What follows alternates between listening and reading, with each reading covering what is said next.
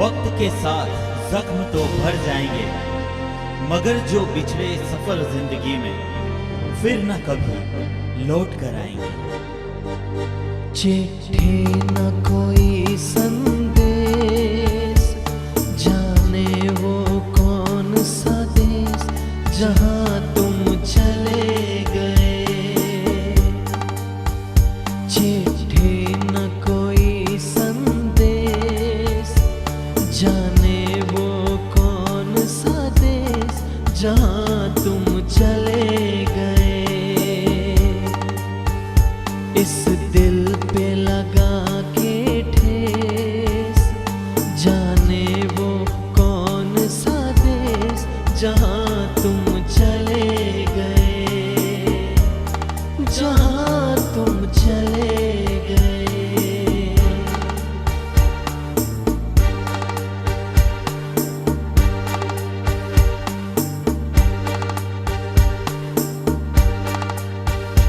एक आह भरी होगी, हमने न सुनी होगी, जाते जाते तुमने आवाज तो दी होगी।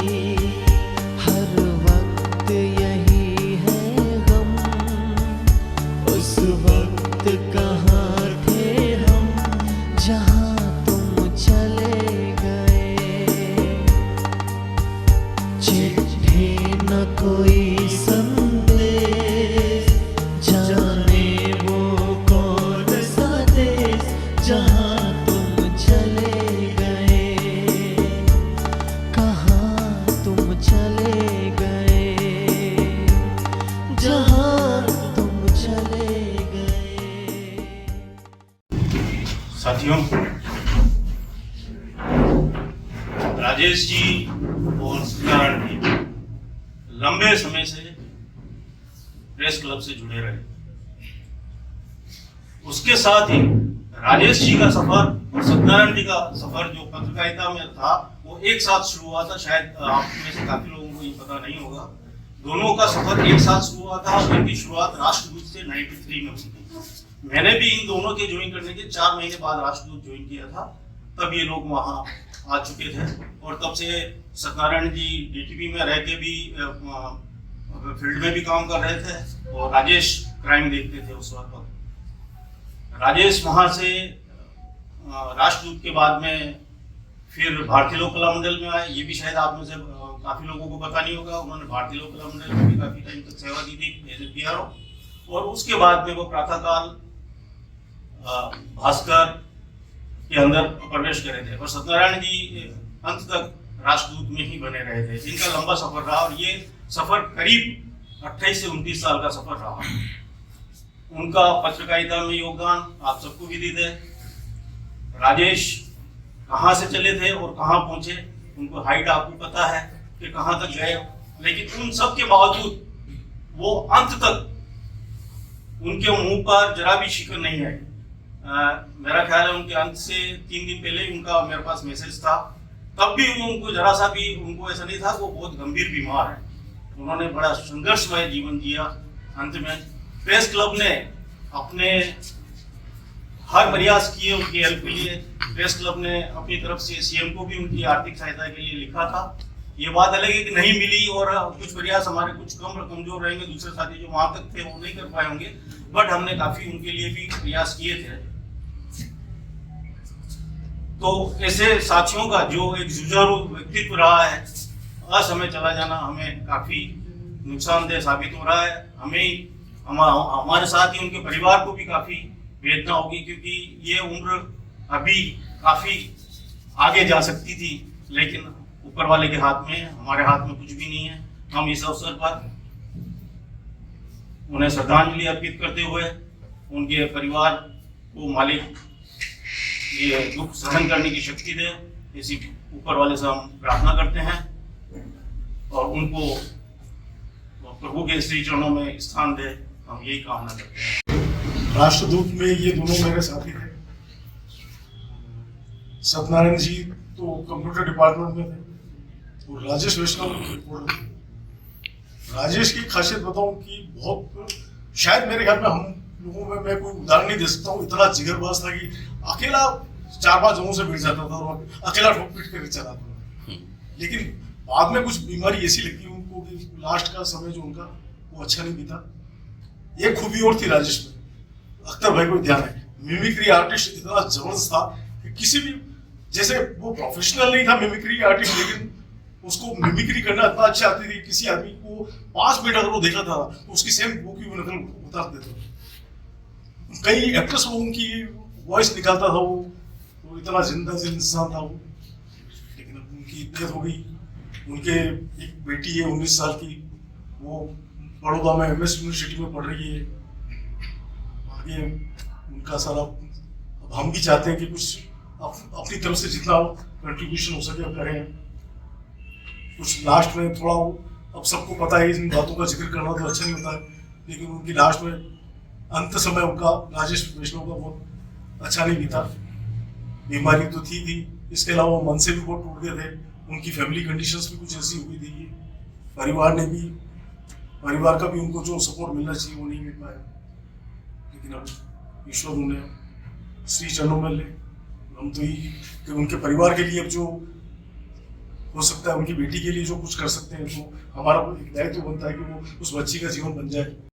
सत्यनारायण दोनों के साथ मैंने काफ़ी लंबे समय तक काम किया। यहाँ तक कि मुझे बहुत अच्छी तरीके से याद है कि जब मैंने as a photo journalist Dainik Bhaskar के अंदर जब मैंने ज्वाइन किया था, तो मेरी पहली फील्ड रिपोर्टिंग राजेश जी के साथ हुई।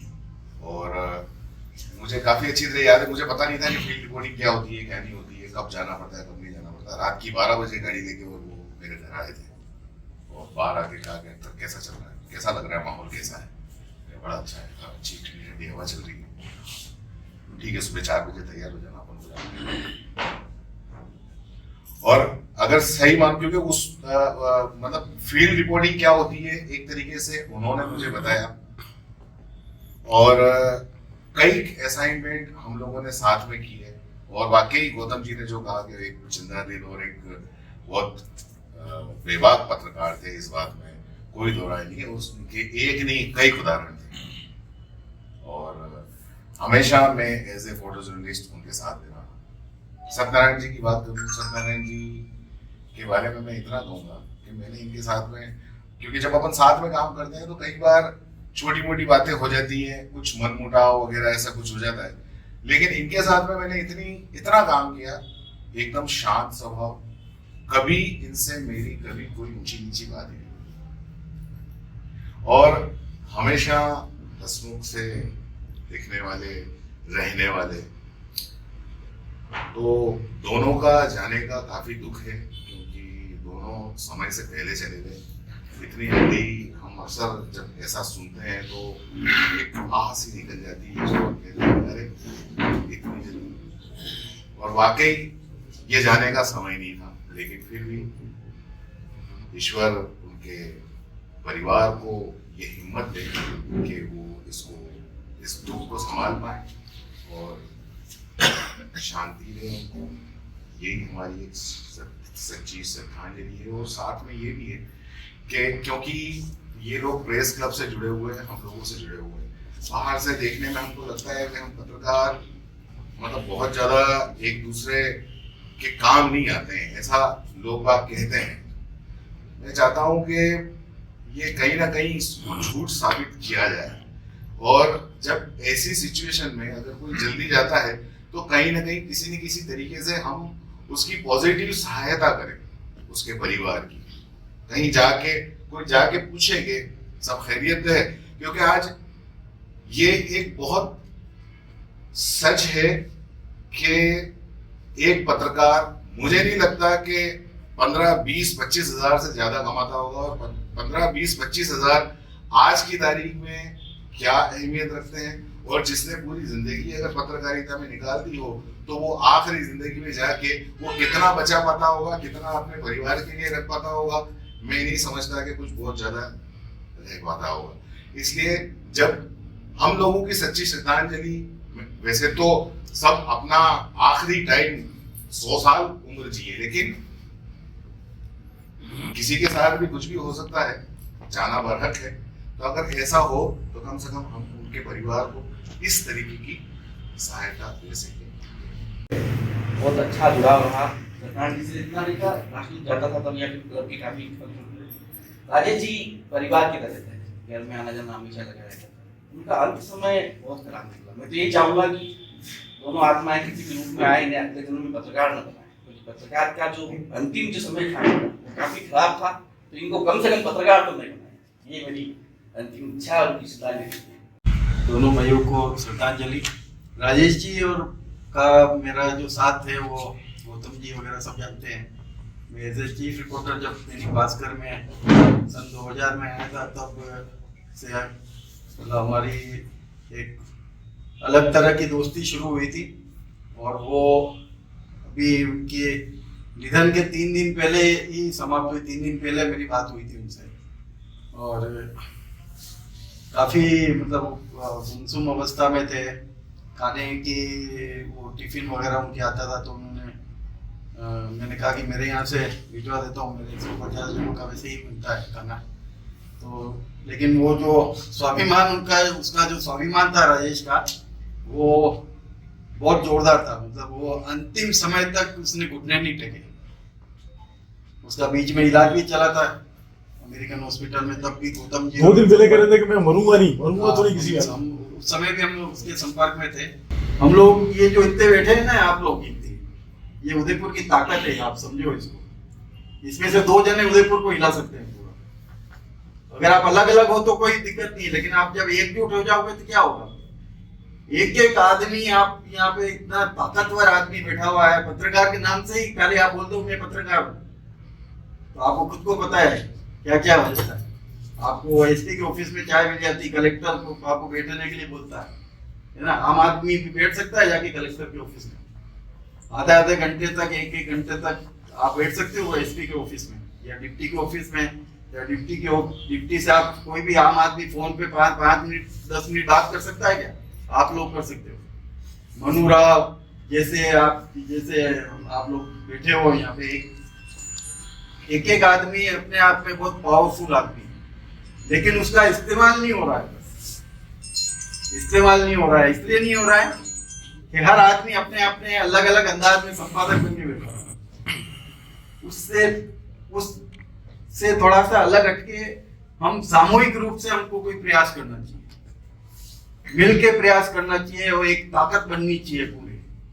श्रीमान अध्यक्ष महोदय, सभी प्रेस क्लब के साथियों, जितने भी पत्रकार पुराने, भास्कर से हो, चाहे प्रातःकाल से हो, चाहे राजस्थान पत्रिका से हो, किसी भी राजस्थान, सब से मेरा सब पत्रकारों से लगभग 35 साल से अच्छा संबंध। राजेश जी भी एक यारबाज आदमी, दोस्ताना किस्म के आदमी, और जैसा कि अभी संजय भाई साहब ने कहा कि वो कुछ तेज तरार भी थे। तेज तरार का मतलब अगर उसने किसी के मुक्का रखा तो गलत आदमी के रखा होगा, एक तो ये। दूसरी बात तो वो चांद पोल का पानी है।